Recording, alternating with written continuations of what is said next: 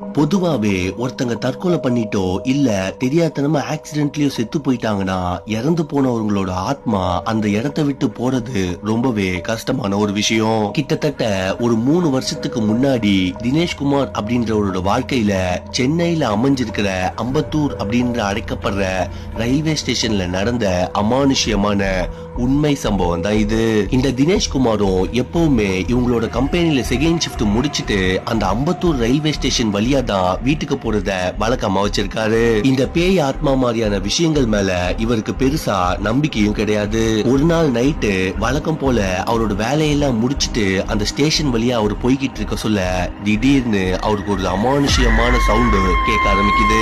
யாரோ ஒருத்தங்க தூரத்துல நின்னு ஒரு மாதிரி ஒப்பாரி வச்சு அழுகுற மாதிரி இவருக்கு சவுண்டு கேக்குது. அதே மாதிரி இவரோட மனசுக்குள்ளயும் இந்த டைம்ல யாரா இந்த இடத்துல இப்படி எல்லாம் அழுவுவாங்க அப்படின்ற ஒரு குழப்பமும் உருவாகுது. அப்போ சடனா அந்த இடத்துல இருந்த நாய்ங்க எல்லாமே ஒரு குறிப்பிட்ட இடத்தை பார்த்து பயங்கரமா குலைக்கவும் ஊளையிடவும் ஆரம்பிக்குது. உடனே இவரும் இதுங்க எல்லாம் எதை பார்த்து குலைக்குதுங்க அப்படின்னு இந்த நாய்ங்க எந்த இடத்தை பார்த்து குலைக்குதுங்களோ அந்த இடத்த உத்து பார்க்க சொல்ல அங்க கருப்பா ஒரு உருவம் அதோட தலைமுடியெல்லாம் விரிச்சு போட்டுட்டு நிக்கிறது இவரோட கண்ணுக்கு தெளிவா தெரியுது. இந்த வீடியோக்கு கீழே அம்பத்தூர் அப்படின்னு கமெண்ட் பண்ணுங்க. அடுத்த ரீல்ல ஃபுல் ஸ்டோரி சொல்றேன்.